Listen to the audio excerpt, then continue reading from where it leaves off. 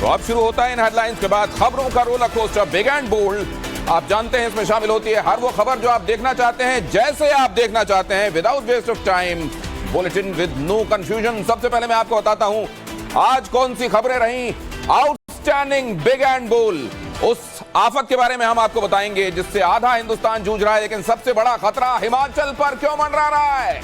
पूरी खबर पूरे डिटेल के साथ हिमाचल पर केदार काल हम क्यों कह रहे हैं आपको बताएंगे।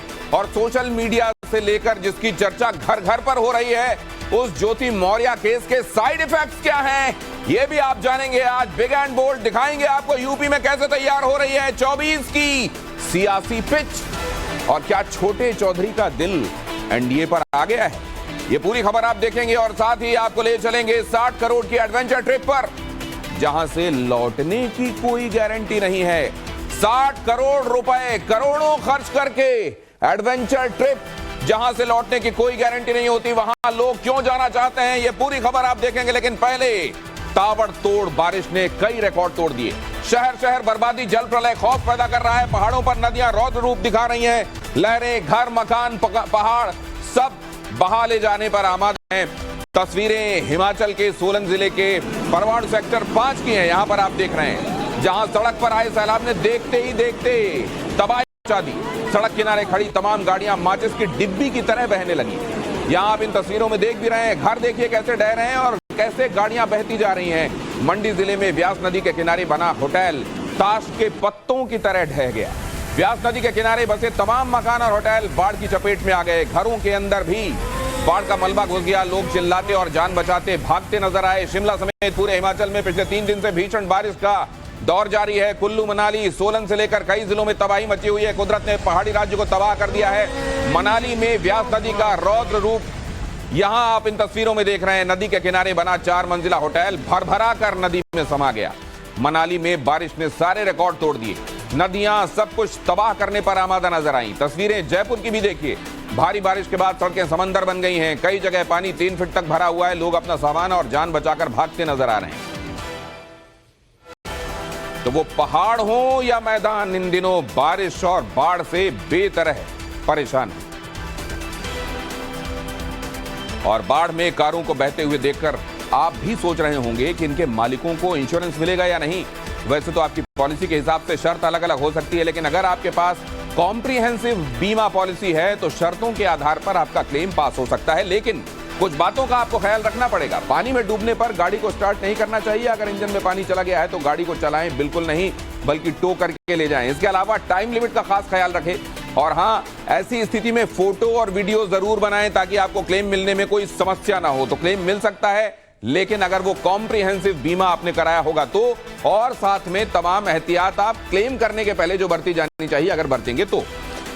और अब अगली अहम खबर की तरफ आपको ले चलता हूं। पहाड़ों पर हो रही बारिश के बाद सबसे बड़ा खतरा लैंडस्लाइड का है। कई इलाकों में पहाड़ टूट रहे हैं। पहली तस्वीर किन्नौर की मैं आपको दिखाता हूं, जहां पहाड़ टूटकर सड़क पर आ गया। ये देखिए जरा, यहां से दरकता पहाड़, यहां से होता हुआ ये देखिए आप लैंडस्लाइड, और सड़क पर आते ये बड़े बड़े पत्थर के टुकड़े। और इसीलिए कहा जा रहा है कि मानसून के वक्त में पहाड़ों की यात्रा करने से बचें। कब कहां आप रोड से निकल रहे हैं और ऊपर से बड़े बड़े पत्थर गिरने शुरू हो जाएं, या फिर इस तरीके के पत्थर गिरने की वजह से वहां का रास्ता जाम हो जाए, कुछ कहा नहीं जा सकता। रामनी इलाके में हुए लैंडस्लाइड के बाद नेशनल हाईवे बंद हो गया। गाड़ियों की कतार लग गई। गनीमत रही कि हादसे में कोई गाड़ी चपेट में नहीं आई। ऐसी तस्वीर मनाली से आई। सड़क पर अचानक भारी बोल्डर गिरने लगे और इस खौफनाक मंजर को कुछ लोगों ने अपने कैमरे में भी कैद किया। कुल्लू में भी लैंडस्लाइड की खौफनाक तस्वीरें सामने आई हैं, जहां अचानक पहाड़ टूटने लगा और सड़क पर आ गया। लैंडस्लाइड होते ही लोग अपनी अपनी जान बचाकर भागते हुए दिखाई दिए।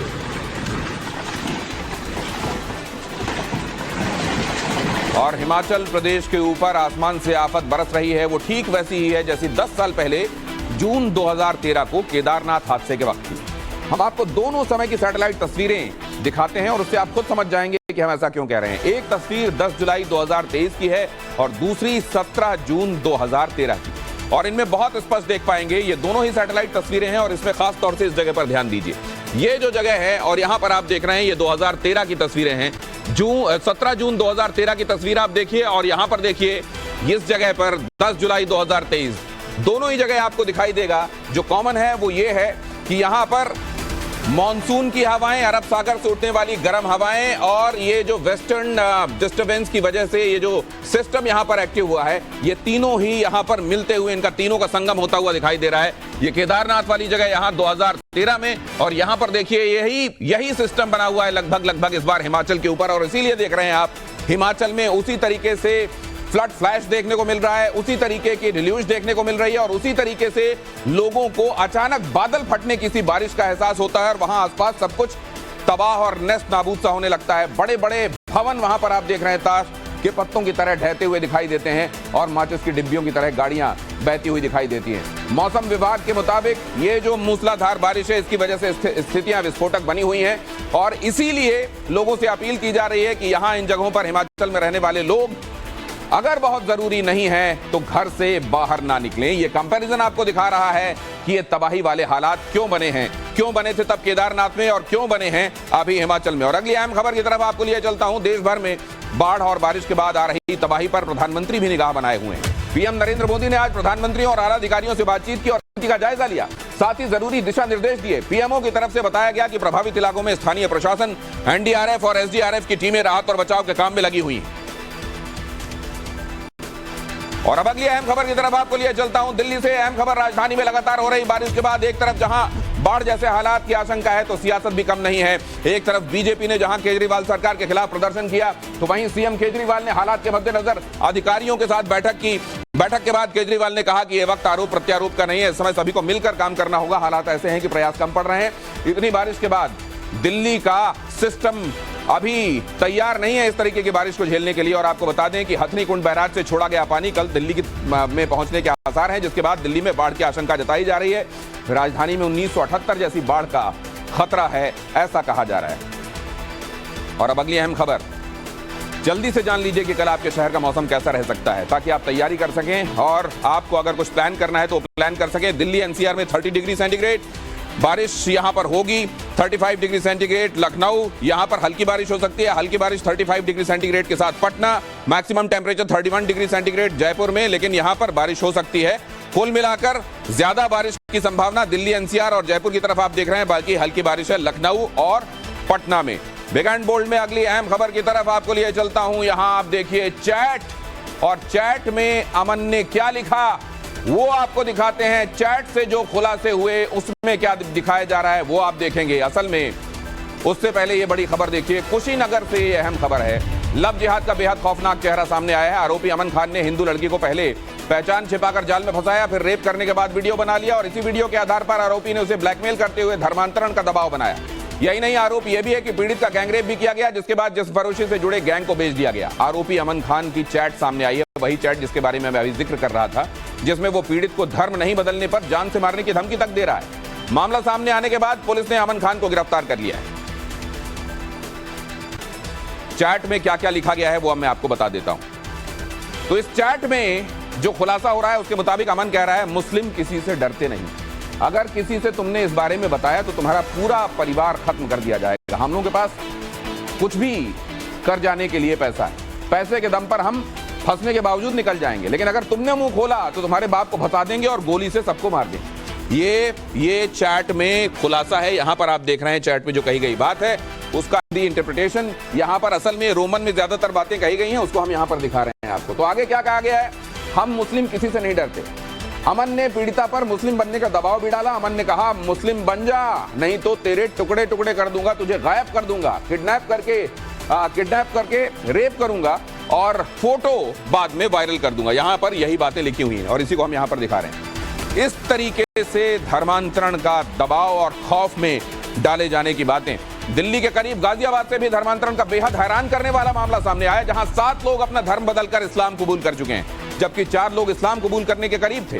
पुलिस ने मुशीर, राहिल और मोहम्मद अब्दुल्ला को गिरफ्तार किया है। पुलिस के मुताबिक मुशीर सैफी ट्यूशन पढ़ने के दौरान टारगेट फिक्स करता था, जिसके बाद धर्मांतरण कराया जाता था, जबकि सौरभ खुराना एएमयू में पढ़ाई के दौरान 2014 में मोहम्मद अब्दुल्ला बन गया था। वहीं राहुल अग्रवाल ने 2017 में अपना नाम बदलकर राहिल कर लिया था। राहिल पर आरोप है कि उसने धर्म छिपाकर ऑफिस में काम करने वाली लड़की को प्रेम जाल में फंसाया और फिर निकाह कर लिया। यूपी में धर्मांतरण गैंग पर योगी की सख्ती से आरोपी अब बिल में छिप गए हैं। 2021 से 30 अप्रैल 2023 तक 427 केस दर्ज किए जा चुके हैं। धर्मांतरण कानून के तहत 833 से ज्यादा गिरफ्तारियां हो चुकी हैं। 185 पीड़ितों ने जबरन धर्म बदलवाने की बात कबूली है। यूपी में अवैध धर्मांतरण पर 10 साल तक की सजा का प्रावधान है। और अब बिग एंड बोल्ड में अगली खबर यूपी से, और खबर यहां ऐसे होटलों के संदर्भ में जो ढाबों और होटलों के नाम पर हिंदू देवी देवताओं के नाम पर यहां पर कारोबार करते हैं, लेकिन उसे मुस्लिम समुदाय के लोग असल में चला रहे होते हैं। मुजफ्फरनगर में ऐसे 60 ढाबों को सील कर दिया गया है, जबकि मेरठ हरिद्वार हाईवे पर ऐसे कई ढाबों पर कार्रवाई हुई है। यह मुद्दा कांवड़ यात्रा शुरू होने से पहले मुजफ्फरनगर में स्वामी यशवीर महाराज ने उठाया था, जिसके बाद यूपी के राज्य मंत्री रघुराज सिंह सख्त कार्रवाई के आदेश उनकी तरफ से आए थे। एसडीएम ज्योति मौर्य केस के बाद देश के कई इलाकों से ऐसे ही मिलते जुलते मामले सामने आ रहे हैं। ताजा मामला मध्य प्रदेश के देवास का है। यहां ममता नाम की महिला ने पति पर अधिकारी बनने के बाद बेवफाई का आरोप लगाया है। ममता के मुताबिक 2015 में कमरू हठीले के साथ उसने कोर्ट मैरिज की थी। तब कमरू बेरोजगार था, ऐसे में उसने काम करके पैसों का इंतजाम किया ताकि पति की पढ़ाई हो सके। कमरू हठीले को 2019 में सफलता मिली और वो कॉमर्शियल टैक्स ऑफिसर बन गया। ममता का आरोप है कि अधिकारी बनने के बाद कमरू ने उसे छोड़ दिया और दूसरी महिला के साथ रहने लगा। तो उधर ज्योति मौर्य का मामला सामने आया है, इधर आप देख रहे हैं ममता कह रही है कि उसका पति बेवफा निकल गया। और अब आगे बढ़ने से पहले आपको बता दें कि आज बिग एंड बोल्ड में आप स्पेशल जो देखने वाले हैं वो है ज्योति मौर्य के ही संदर्भ में मिली हुई एक डायरी। सारे राज इसमें कैसे खुल रहे हैं वो मैं आपको बताऊंगा, लेकिन अब देखिए big and bold quick takes. Madhya Pradesh के रतलाम में एक बच्चे को बर्बरता से पीटने का मामला सामने आया है। पिटाई का यह वीडियो सोशल मीडिया पर वायरल हो रहा है। पिटाई का आरोप मदरसे के एक मौलवी पर है। इसी मदरसे में बच्चा पढ़ने जाता था। स्कूल जॉब घोटाले में सुप्रीम कोर्ट से अभिषेक बनर्जी को तगड़ा झटका लगा है। कोर्ट ने अभिषेक बनर्जी के खिलाफ ईडी सीबीआई जांच पर रोक लगाने से इनकार कर दिया है। कलकत्ता हाई कोर्ट ने अभिषेक बनर्जी के खिलाफ शिक्षक भर्ती घोटाले की जांच का आदेश दिया था। दिल्ली के बाद अब ग्रेटर नोएडा में बाबा बागेश्वर का दरबार सज चुका है। पंडित धीरेन्द्र शास्त्री 16 जुलाई तक भक्तों के बीच रहेंगे। बारिश की वजह से कोई परेशानी न आए, इसके लिए 4 वाटरप्रूफ टेंट बनाए गए हैं। कर्नाटक के बेलगावी में एक दिगंबर जैन मुनि काम कुमार नंदी महाराज की हत्या कर दी गई। आरोपियों ने जैन मुनि के शव के टुकड़े कर बोरवेल में फेंक दिए। पुलिस ने 2 लोगों को गिरफ्तार किया है। हत्या के पीछे 6 लाख रुपए के लेन देन की बात बताई जा रही है। अखाड़ा परिषद ने महंत नरेंद्र गिरी मौत के मामले की दोबारा सीबीआई जांच कराने की मांग की है। अखाड़ा परिषद का कहना है कि सही ढंग से जांच हो जाए तो असली वजह साफ हो जाएगी। सितंबर 2021 में महंत नरेंद्र गिरी का संदिग्ध परिस्थितियों में शव मिला था। सीबीआई जांच में 3 लोगों के खिलाफ चार्जशीट दाखिल की गई है। और अब बहुत जल्दी से देखिए बिग एंड बोल्ड पॉलिटिकल खबरें। पॉलिटिक्स की शुरुआत दिल्ली सरकार वर्सेस एलजी की खबर से। सुप्रीम कोर्ट ने केंद्र सरकार के ट्रांसफर पोस्टिंग वाले अध्यादेश पर फौरन रोक लगाने से इनकार कर दिया है। हालांकि दिल्ली सरकार ने 450 से ज्यादा लोगों की नियुक्ति एलजी के द्वारा रद्द किए जाने की दलील पर सुप्रीम कोर्ट अगले सोमवार को सुनवाई करेगी। इस मामले में सुप्रीम कोर्ट ने केंद्र को भी नोटिस जारी किया है। साथ ही दिल्ली के उपराज्यपाल को भी इस मामले में पार्टी बनाने की इजाजत दे दी गई है। दरअसल करीब 2 महीने पहले सुप्रीम कोर्ट ने एक फैसले में दिल्ली सरकार की ट्रांसफर पोस्टिंग का अधिकार उसको दिया था। उसके बाद केंद्र सरकार ने एक अध्यादेश लाकर सुप्रीम कोर्ट में उस फैसले को पलट दिया था। फिर केंद्र के उसी फैसले के खिलाफ दिल्ली सरकार ने सुप्रीम कोर्ट में याचिका दायर की, जिस पर यह सुनवाई हुई। और अगली अहम खबर बिहार से। बिहार में सरकारी पोस्टर से डिप्टी सीएम तेजस्वी यादव के गायब होने से सियासी गलियारों में हलचल तेज हो गई। यहां पर यह जो मामला है मुख्यमंत्री नीतीश कुमार के गृह जिले नालंदा के राजगीर का मामला है। मलमास मेला आयोजित करवाने के लिए बड़े पैमाने पर तैयारियां चल रही थी। सैकड़ों पोस्टर और होर्डिंग लगे हुए हैं, लेकिन उसमें तेजस्वी यादव की तस्वीर गायब है। सिर्फ नीतीश कुमार नजर आ रहे हैं। इस पोस्टर को देखकर लोग कयास लगा रहे हैं कि नीतीश और तेजस्वी के बीच सब कुछ ठीक है या नहीं।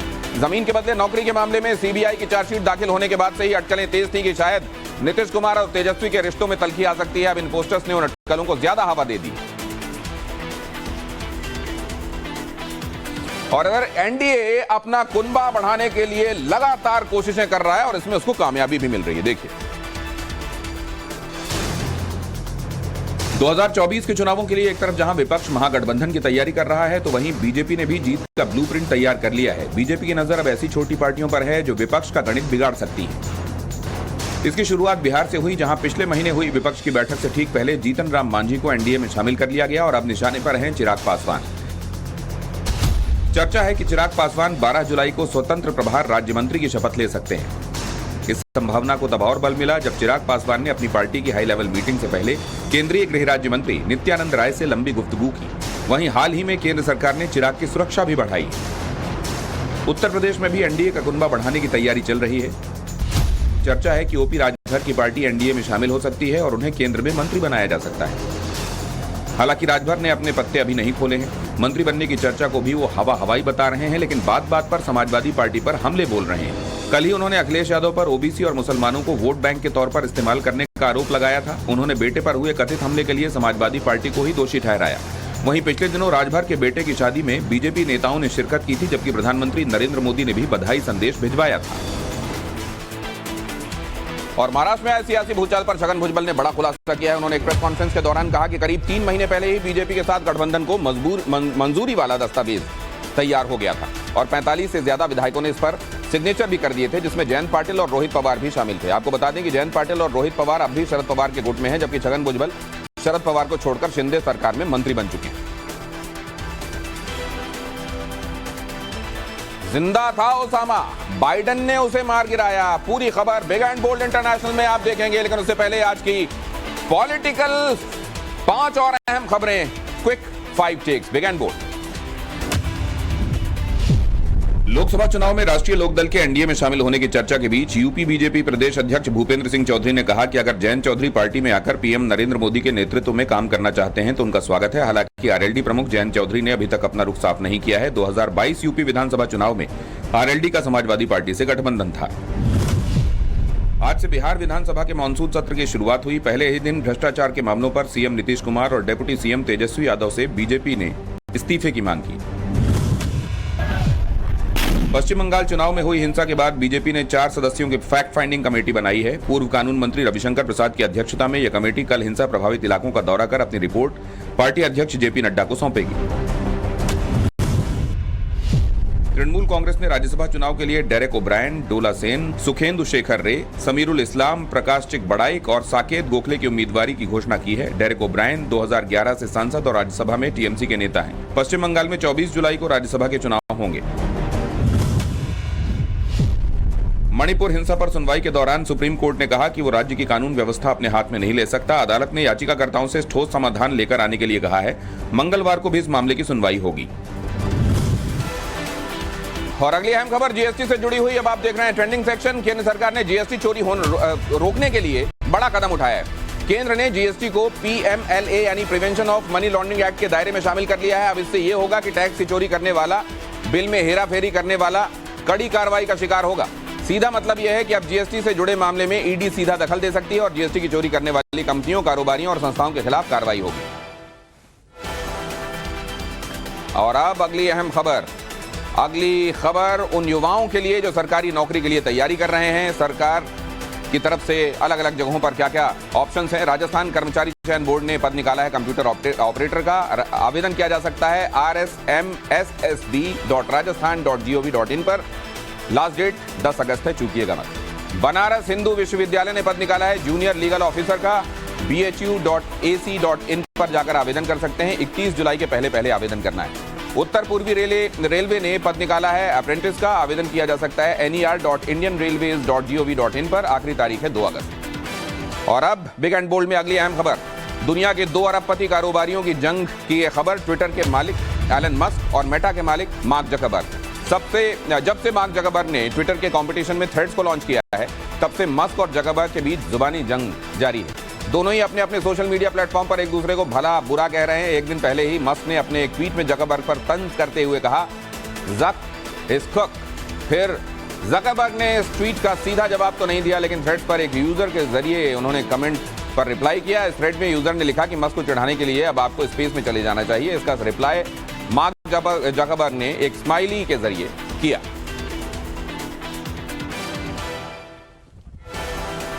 और अब बात आमतौर पर एडवेंचर के संदर्भ में जो समझा जाता है वो, और यहां पर जो होता है वो।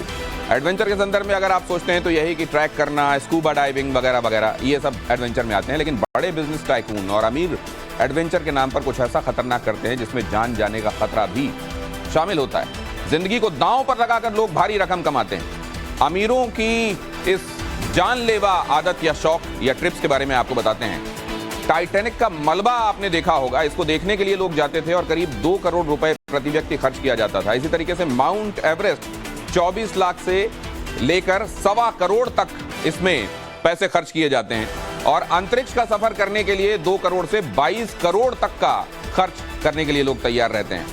मारियाना ट्रेंच पहुंचकर उसे देखने के लिए 60 करोड़ तक लग जाए प्रति व्यक्ति, लेकिन लोग उसे देखने जाते हैं भले ही इसमें जान का जोखिम शामिल हो। इसी को कहा जाता है एक्सट्रीम एडवेंचर और यहां पर पहुंचना भारी भरकम खर्च के साथ मुमकिन होता है, लेकिन लौट कर आने की कोई गारंटी नहीं होती। और अब आपको बहुत जल्दी से दिखाते हैं आज की कुछ और अहम खबरें, क्विक टेक। कारोबारी हफ्ते के पहले दिन सेंसेक्स और निफ्टी मामूली बढ़त के साथ बंद हुए। सेंसेक्स 63 पॉइंट चढ़कर 65,344 पर, जबकि निफ्टी 24 अंकों की बढ़त के साथ 19,355 पर बंद हुए। वहीं एमसीएक्स एक्सचेंज पर आज सुबह 4 अगस्त को डिलीवरी वाला सोना गिरावट के साथ 58,339 रुपए प्रति 10 ग्राम पर खुला, जबकि चांदी भी गिरावट के साथ 71,284 रुपए प्रति किलोग्राम के भाव पर बिकी।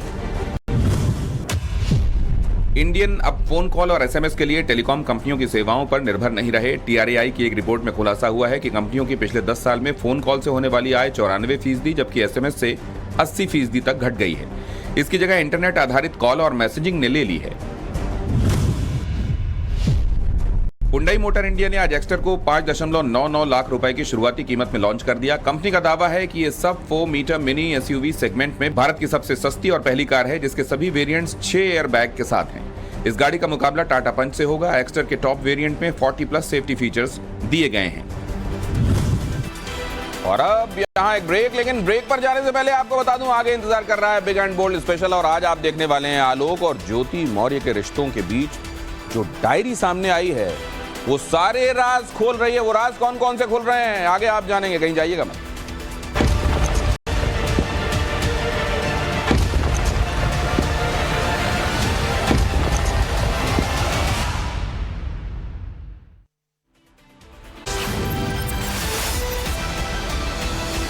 और अब बात आलोक मौर्य और ज्योति मौर्य की, जिनके बारे में हिंदुस्तान का बच्चा बच्चा जान चुका है। ज्योति और आलोक के रिश्तों की मिस्ट्री अभी सुलझ भी नहीं पाई कि अब नया खुलासा हो रहा है। और इस बार ना तो आलोक कैमरे पर आए, ना ही ज्योति ने किसी तरह की बात कही, लेकिन इनकी डायरी की चर्चा खूब हो रही। इस डायरी को यूपी पुलिस के अधिकारी देख चुके हैं, पढ़ चुके हैं और वो राज खुलने वाले हैं जिनसे ये तय हो जाएगा कि इस रिश्ते का चैप्टर नेक्स्ट क्या होगा।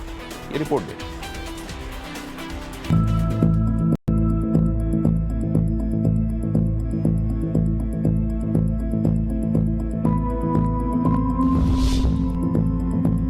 ज्योति मौर्य और आलोक मौर्य के रिश्ते का फ्यूचर अब एक डायरी से डिसाइड होगा।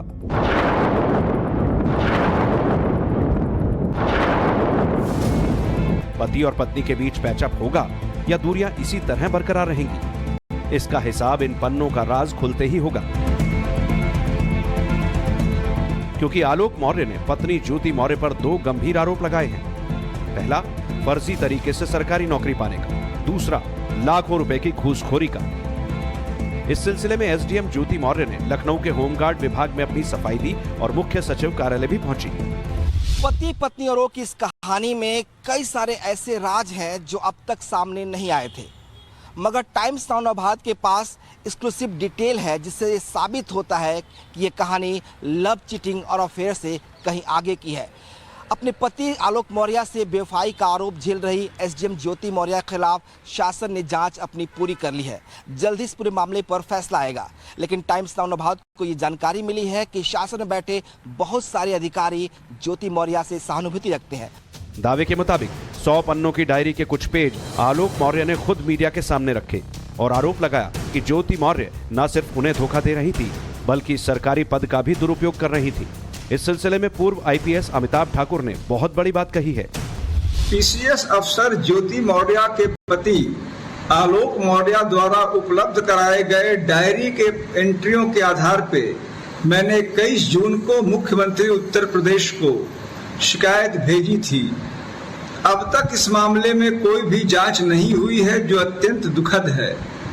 अतः मैंने मुख्यमंत्री को दोबारा शिकायत करते हुए अविलंब कार्रवाई की मांग की है। ज्योति मौर्य का ये राज कैसे सामने आया, कैसे डायरी में संगीन आरोप लगाए गए, ये आपको सब बताएंगे। मगर सबसे पहले बात उस फर्जीवाड़े के आरोप की जिसमें ज्योति पर सवाल हैं, तो आलोक मौर्य की 12 सालों तक की चुप्पी कटघरे में है। आलोक ने यूपी के बेसिक शिक्षा परिषद के सचिव को चिट्ठी लिखी है, जिसमें बताया है ज्योति ने 2011 में विशिष्ट बीटीसी शिक्षक भर्ती के जरिए आवेदन किया। आरोपों के मुताबिक उस वक्त ज्योति बीएड के एग्जाम दे रही थी। चिट्ठी में लगाए गए आलोक मौर्य के आरोपों पर गौर करें तो विशिष्ट बीटीसी भर्ती के आवेदन का आखिरी साल 2011 था। इसलिए जल्द नौकरी पाने के चक्कर में ज्योति ने उस कॉलम को खाली छोड़ दिया जिसमें नंबर बताने होते हैं। बाद में 1 साल के इंतजार के बाद काउंसलिंग का नंबर आया और जैसे ही काउंसलिंग शुरू हुई, पूरी भर्ती प्रक्रिया पर रोक लग गई। अगले 3 साल तक विशिष्ट बीटीसी शिक्षक भर्ती का मामला पेंडिंग रहा। कोर्ट का फैसला आया तो फिर से ऑनलाइन आवेदन मांगे गए। इस बार शर्त ये रखी गई कि वही आवेदन करेंगे जिन्होंने 2011 में खुद को इस योग्य बताया था। आलोक का आरोप है कि ज्योति ने यहाँ एक और फर्जीवाड़ा किया और वो था 2011 में तैयार कराई गई बीएड की फर्जी मार्कशीट लगाने का। आरोपों के मुताबिक ज्योति को इलाहाबाद यूनिवर्सिटी से बीएड की जो मार्कशीट मिली उसमें पासिंग डेट 25 जून 2012 है, जबकि ज्योति ने जो मार्कशीट सरकारी टीचर बनने के लिए बनवाई उसमें पासिंग डेट जून 27, 2011 लिखी है। कहा जाता है कि ज्योति को इसके बाद सरकारी स्कूल में प्राइमरी टीचर की नौकरी मिल गई, मगर इस दौरान आलोक मौर्य भी चुप रहे और जब एसडीएम पत्नी उनसे अलग होते गई वो चिट्ठी लिखकर हमला बोल दिया। ज्योति के खिलाफ क्या होगा ये अब बीएसए सचिव तय करेंगे, मगर आलोक का इतने साल तक मौन साधना भी हजम नहीं हो रहा। खुद आलोक के घर वाले मानते हैं कि अब बात इतनी दूर तक पहुंच गई है कि पहेली सुलझाना बहुत आसान नहीं रहने वाला। सवाल इस बात का है कि क्या ज्योति की जिंदगी में जब मनीष आया उसके बाद ही ये विवाद बढ़ा या उसके पहले सब कुछ ठीक ठाक चल रहा था। और इसी बात की पड़ताल करने के लिए इस वक्त हम आलोक मौर्य के गांव में पहुंचे हैं और ये उनका घर है। सबसे पहले हम आपको घर की तस्वीरें दिखाने की कोशिश कर रहे हैं कि ये देखिए इनका घर है। फिलहाल घर में उनके मम्मी पापा यहाँ पर मौजूद नहीं है, लेकिन घर के कुछ अन्य सदस्य हैं, हम उनसे भी बात करने की कोशिश करेंगे। आपकी सेवा हुआ करती थी कि नहीं? सेवा जब रहत ना रहले पढ़ाई में अपन वही जनी रहे बात पढ़त रहे, पढ़ाई में घरे ना आवत रहले, तब ओकर सेवा अब जानत है देखत है।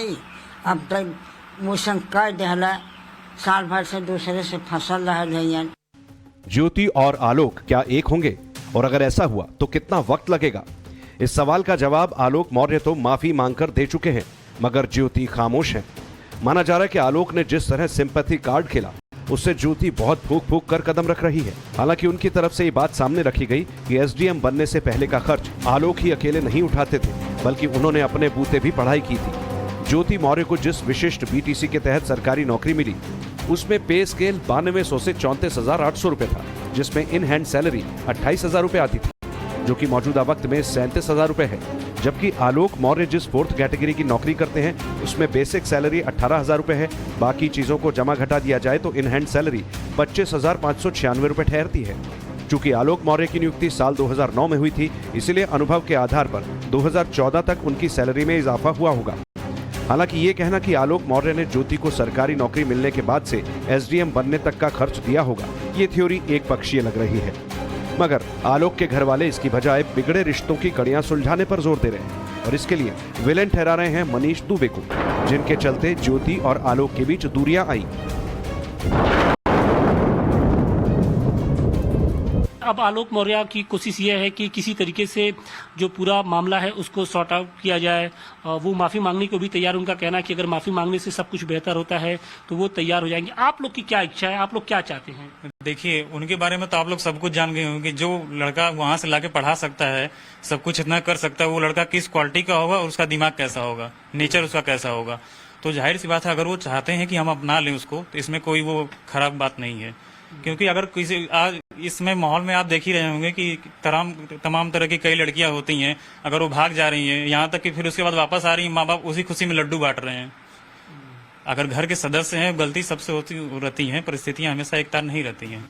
ज्योति मौर्य का सरकारी अफसर बनने का सपना साल 2015 में पूरा हो गया और आलोक मौर्य भी उनकी इस खुशी का हिस्सा थे। इस दौरान ज्योति की पोस्टिंग पीसीएस अधिकारी के तौर पर कौशाम्बी, जौनपुर, प्रयागराज, प्रतापगढ़ और लखनऊ में हुई। ज्योति और आलोक की केमिस्ट्री आगे बढ़ रही थी, मगर मनीष दुबे की एंट्री ने पति पत्नी और वो वाला एंगल ला दिया। आलोक ने पहले कैमरे पर ज्योति के खिलाफ आरोप लगाए, फिर उनके खिलाफ शिकायत भी कर दी। ये शिकायत 100 पन्नों की डायरी के तौर पर है। आलोक का दावा है इसमें जो राइटिंग है वो ज्योति मौर्य की है और वो हर महीने 6 लाख रुपए अवैध तरीके से कमाती थी, जिसका हिसाब किताब डायरी में रखती थी। डायरी के जरिए आरोप लगाया गया कि जनवरी 2021 में 8,38,000 रुपया अवैध तरीके से कमाए।